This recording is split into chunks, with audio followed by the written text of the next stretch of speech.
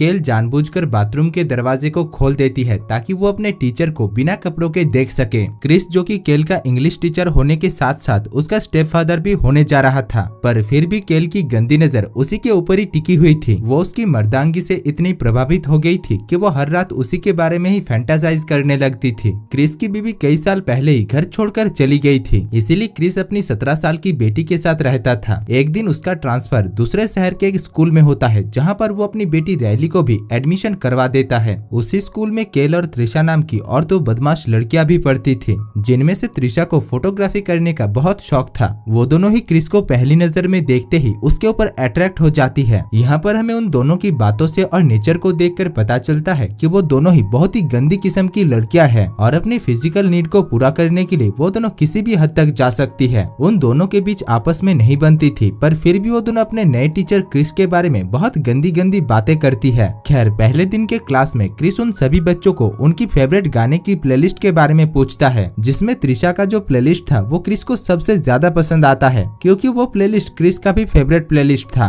खैर, क्लास के बाद क्रिस अपनी बेटी रैली को बाय कहता है, जो कि रैली को पसंद नहीं आता, क्योंकि वो स्कूल में किसी को ये जानने देना नहीं चाहती थी कि वो उनके टीचर क्रिस की बेटी है। आगे रैली जब कंप्यूटर रूम में खाना खा रही थी, तब वहाँ पर केल भी आ पहुँचती है। केल को दरअसल शक हो गया था कि रैली के साथ जरूर क्रिस का कोई रिश्ता है, इसीलिए उसके साथ दोस्ती करने के बाद वो रैली से पूछती है, अच्छा हमारे टीचर क्रिस तुम्हारे कौन लगते हैं? तब रैली उसे सब कुछ सच सच बताती है कि क्रिस उसके पिता है और उसकी माँ कई साल पहले ही उन दोनों को छोड़कर चली गई है। केल को रैली से कोई मतलब नहीं थी और वो तो बस क्रिस के बारे में जानकारी ले रही थी। आगे स्कूल के बाद केल क्रिस को छुप छुप कर फॉलो करती है और उसके कई सारे फोटोज भी लेती है। इसके बाद केल अपने घर पहुंचकर अपनी माँ को एक्सरसाइज करते हुए देखकर उनसे पूछती है, अरे माँ, तुमने तो कई वर्षों से अपने जंग लगे शरीर को हिलाया तक नहीं, तो फिर आज क्यों इसके ऊपर क़यामत बरसा रही हो? तब उसकी माँ जेस कहती है, हाँ बेटा, मैं तो बस अपने झूले चमड़ी और तोन को अंदर करने के लिए कसरत कर रही हूँ, क्योंकि मुझे मेरा लाइफ पार्टनर यानी मेरा डेट मिल गया है और उसके साथ कल ही मेरी डेट है। केल जब उनसे पूछती है कि कौन है वो बदनसीब, तब उसकी माँ कहती है कि उसने उसे सब्जी मंडी पर देखा था और उन दोनों के बीच चक्कर चल गया। दरअसल जेस एक सिंगल मदर थी और वो बेचारी और कितने दिन ही अकेली रहती। रात को केल अपने कमरे में अपने टीचर क्रिस को फैंटेसाइज करती है, जैसे कि क्रिस उसके साथ रोमांस कर रहा हो। अब सुबह होते ही वो क्रिस को देखने के लिए रैली से मिलने के बहाने उसके घर पहुँच जाती है। कुछ देर बातचीत करने पर उसे पता चलता है कि क्रिस भी एक औरत को डेट करने लगा है, जिसके साथ भी वो किसान मंडी पर मिला था। इसी बीच रैली जब हल्का होने के लिए बाथरूम में जाती है, तब मौके का फायदा उठाकर केल क्रिस के कमरे में पहुंच जाती है और उसके बिस्तर को देखकर उसके तन बदन में आग लग जाती है। इधर क्लास में त्रिशा भी क्रिस के ऊपर डोरे डाल रही थी और वो जानबूझकर अपनी पेन को तोड़कर क्रिस से पेन मांगती है। क्रिस उसे पेन देकर कहता है, सुनो, अगली बार से बैकअप के लिए एक दूसरा पेन भी घर से लेकर आया करो। खैर, अब क्लास के बाद त्रिशा रैली के पास आकर कहती है, हाय रैली, क्या तुम तुम्हारे पिता क्रिस का इंतजार कर रही हो?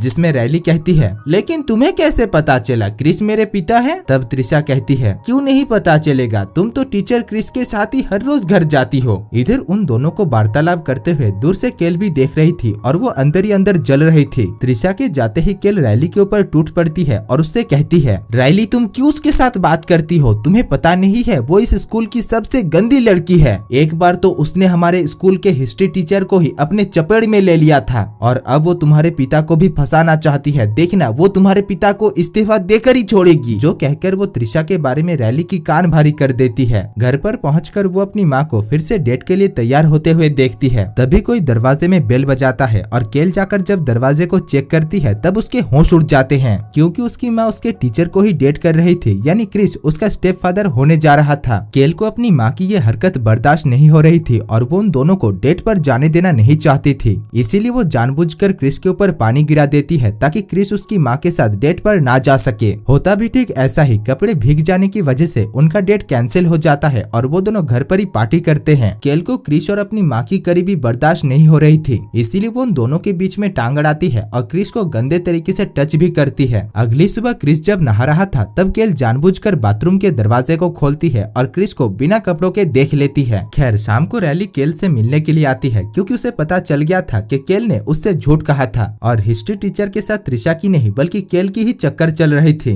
अगले ही दिन केल ये सारा गुस्सा त्रिशा के ऊपर उतारती है और उसे सभी के सामने धमका कर कहती है, अगर तूने रैली के आजू बाजू में भी मंडराया और मेरे बारे में उसे कुछ भी बताया तो देखना मैं तेरा क्या हाल करूंगी। इसके बाद रात को वो खुद जानबूझकर अपने कुछ गंदे फोटोज को खींचती है और अगले दिन स्कूल में ऐसे दिखाती है जैसे कि वो सारे फोटोज किसी ने उसे बदनाम करने के लिए छुप कर खींचे हो। दरअसल वो त्रिशा को फंसाकर स्कूल से बाहर निकालने के लिए ये सब कुछ कर रही थी ताकि उसके और क्रिस के बीच में कोई टांग ना अड़ा सके। खैर आगे वो केल के पास जाकर उससे झूठ कहने के लिए माफी मांगती है और केल भी उसे माफ कर देती है। रात को क्रिस केल की माँ के साथ डेट पर जाने के लिए उसके घर पर आता है। तब केल चोरी किए हुए त्रिशा के फोन से क्रिस को बहुत गंदे गंदे मैसेज भेजती है और वो सारे मैसेजेस अपनी माँ को भी दिखा देती है। ये देखकर जेस को लग रही थी कि क्रिस उसे चीट कर रहा है और उसका अपने स्टूडेंट के साथ ही अफेयर चल रहा है। इस वजह से जेस क्रिस के साथ सारे रिश्ते नाते तोड़कर उसे घर से बाहर निकाल देती है। थोड़ी देर में क्रिस के पास केल आकर उसके अकेलापन का फायदा उठाती है और उसे सेड्यूस करने लगती है। क्रिस भी अपने आप पर काबू नहीं कर पाता और वो दोनों यहाँ पर एक दूसरे को किस करते हैं। अगले दिन क्लास में पुलिस आकर त्रिशा को अरेस्ट करके अपने साथ लेकर जाते हैं। दरअसल केल की माँ ने त्रिशा के नाम पर थाने में एक एफआईआर किया था क्योंकि उन्हें लग रहा था कि केल की गंदी फोटोज को त्रिशा ने ही उसके लॉकर में रखा था। उसी रात केल एक पार्टी में जाती है जहाँ पर क्रिस भी अपनी बेटी के साथ आया हुआ था। इसी बीच क्रिस जब एक रूम में अकेला बैठा हुआ था तब केल इस मौके का फायदा उठाकर उसके पास पहुंच जाती है और उसे हवस भरी तरीके से छूने लगती है। क्रिस उसे इग्नोर करने की बहुत कोशिश करता है पर वो भी अपने आप पर काबू नहीं कर पाता और वो दोनों फिजिकली होने लगते हैं। इसी दौरान कमरे में रैली आकर उन दोनों को इस हालत में देख लेती है और नाराज होकर वहाँ से जाने लगती है। हालांकि क्रिस अपनी बेटी को समझाने की बहुत कोशिश करता है पर रैली उसकी एक भी बात नहीं सुनती। क्रिस वापस से केल के पास आकर उसे ये सब कुछ बंद करने के लिए कहता है। तब केल ये सब कुछ बंद करने के बजाय क्रिस को फिर से उसके साथ फिजिकली होने के लिए जोर जबरदस्ती करने लगती है। उधर रैली ये खबर केल की माँ को बता देती है कि उसकी बेटी के साथ उसके पिता का नाजायज रिश्ता चल रहा है। जो जानने के बाद केल की माँ अगले ही दिन क्रिस के क्लास में आकर उसे जोरदार थप्पड़ पिलाती है और केल को अपने साथ लेकर जाने लगती है। बाहर केल अपनी माँ से बहस कर रही थी और उसका कहना था कि वो अब बड़ी हो चुकी है इसीलिए वो अपना डिसीजन खुद ले सकती है, जिस वजह से वो अपनी माँ को अपने रास्ते से दूर रहने के लिए कहती है। आगे वो फिर से क्रिस को पाने के लिए अपने आप को बहुत घायल कर लेती है और हॉस्पिटल में क्रिस के आने पर उसे ब्लैकमेल करने लगती है। क्रिस इन सब से बहुत परेशान हो चुका था इसीलिए वो अपना इस्तीफा तैयार करने के लिए शाम को स्कूल पहुंचता है। इधर रैली को भी पता चल चुका था कि उसके पिता बेकसूर है और उसके पिता को केल फंसा रही है, इसीलिए वो भी स्कूल पहुंच जाती है। दूसरी तरफ हम केल को देखते हैं जो हॉस्पिटल से एक चाकू लेकर स्कूल पहुंच जाती है और रैली को चाकू से मारकर बहुत घायल कर देती है। इसके बाद वो सीधा क्रिस के पास जाकर उसके गले में चाकू रखकर उसे सेड्यूस करती है। क्रिस जब उसके साथ कुछ भी करने से मना करता है तब उन दोनों के बीच हाथापाई होती है जिसमें वो क्रिस को मारकर बेहोश कर देती है। इधर स्कूल का सिक्योरिटी गार्ड आवाज सुनकर उनकी तरफ ही आ रहा था। रास्ते में रैली उसके पास आकर उसे वहाँ से भागने के लिए कहती है। तभी पीछे से केल आकर उस सिक्योरिटी गार्ड को जान से मार डालती है। इसके बाद उन दोनों के बीच लड़ाई होती है जिसमें रैली केल को मारकर बेहोश कर देती है। थोड़ी देर में वहाँ पर पुलिस और रेस्क्यू टीम भी पहुँच जाते हैं और उन सभी को रेस्क्यू किया जाता है। इसके बाद सीन शिफ्ट होकर हमें कुछ दिन बाद की कहानी दिखाया जाता है जहाँ पर उन दोनों बाप बेटियों के बीच में सब कुछ ठीक हो चुका था और केल को भी अपने किए के लिए सजा मिलती है। और दोस्तों इसी के साथ ही इस मूवी की कहानी भी समाप्त हो जाती है।